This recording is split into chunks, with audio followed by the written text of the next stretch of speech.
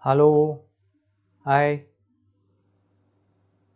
this is the new video of the same poem, The Tale of Custard the Dragon, Part 2, Class 10 English.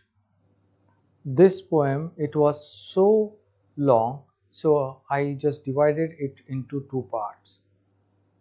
In the first part, I covered 7 stanzas and at the same time, I have also given explanation on those stanzas. Now, this in the second part, number 2, we are just moving on to the stanza number 8. Pistol in his left hand, pistol in his right, and he held in his teeth a cutlass bright. His bird was black, one leg was wood. It was clear that the pirate meant no good. You know that in the last part 1, there was a entry of the pirate in the last 7th stanza. Now the pirate is now inside the house through the window now. What is that? Pistol. The handgun is he's carrying a handgun in his hand. Okay? And a cutlass, a short sword with a curved blade. The poet describes the appearance of the pirate. He says that the pirate was holding handguns in both his hands and had a little sword too. He was holding his sword with his teeth. He had a black bird and his one leg was made of wood.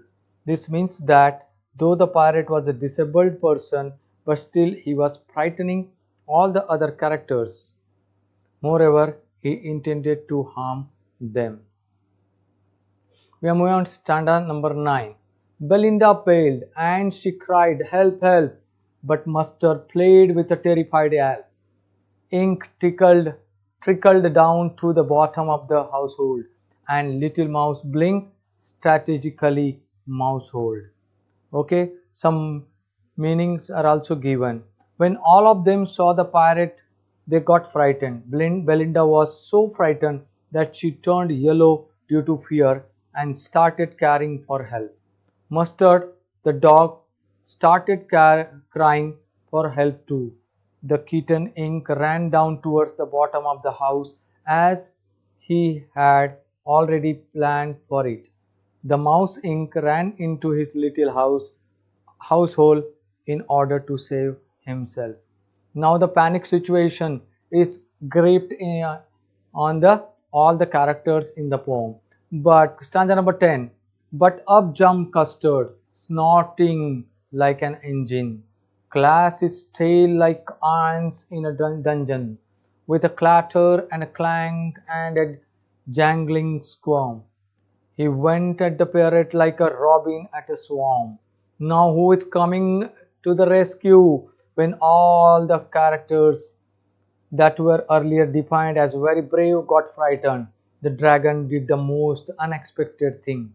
He jumped onto the pirate and made such a strong sound with his nose as if the engine was producing a sound. Not only this, he hit his tail on the ground with great force that it produced a heavy sound of metal being rubbed against each other in the underground prisons. He attacked the pirate just like a robin bird that attacks the worms. Stanza 11. The pirate gaped at Belinda's dragon and gulped some grog from his pocket flagon. He fired 2 bullets, but they did not hit, and Custard gobbled him every bit. Now you can see very interesting part. The pirate got so shocked by the dragon's reaction that he opened his mouth wide with shock. To gather some strength, he drank some alcohol from a container in his pocket. After gathering some courage, he fired 2 bullets on the dragon but missed it.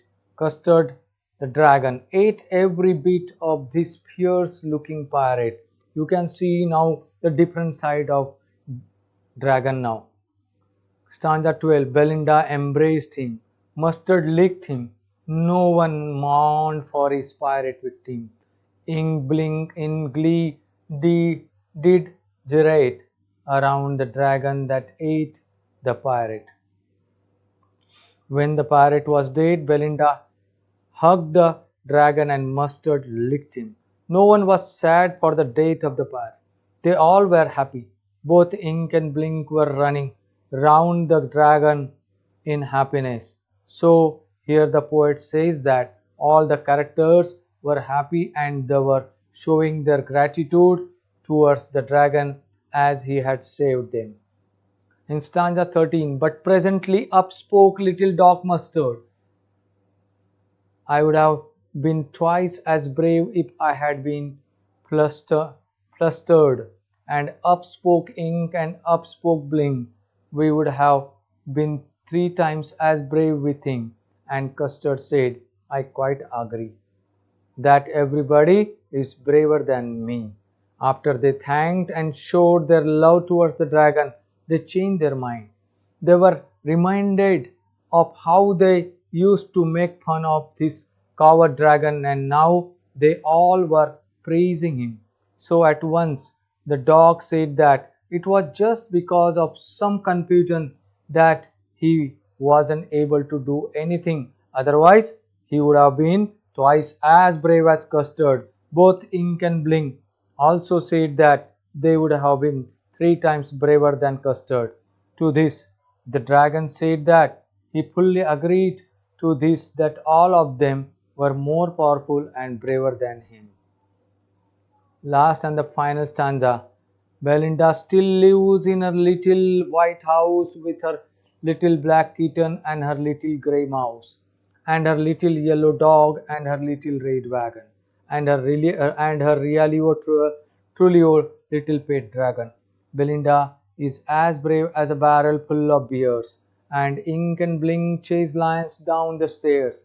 Mustard as brave as a tiger in a rage, but Custard keeps crying for a nice safe cage.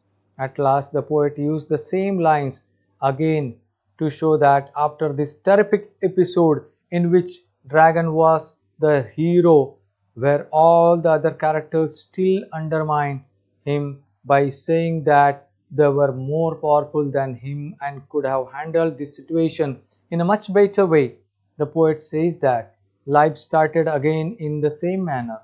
Belinda still lives in that little white house with Ink, Blink, Mustard, and Custard, and all of them are very brave, whereas the dragon is still a coward who always wants to stay safe in his cage. Dear students, this was all the explanation of the poem, and very interesting poem, and how the so-called dragon, who was a very weak and timid, now comes to the rescue to all the members of the of Belinda's house. Students, I have given 2 questions here, so you just go through these questions. At the same time, I have also given the answers of these questions. Okay, so read, and then you just write down these two along with other MCQ, special MCQ, one video on the same poem I am going to prepare next and send next day. So keep watching and enjoy the poem and the explanation. Thank you very much. Bye bye. Have a nice day.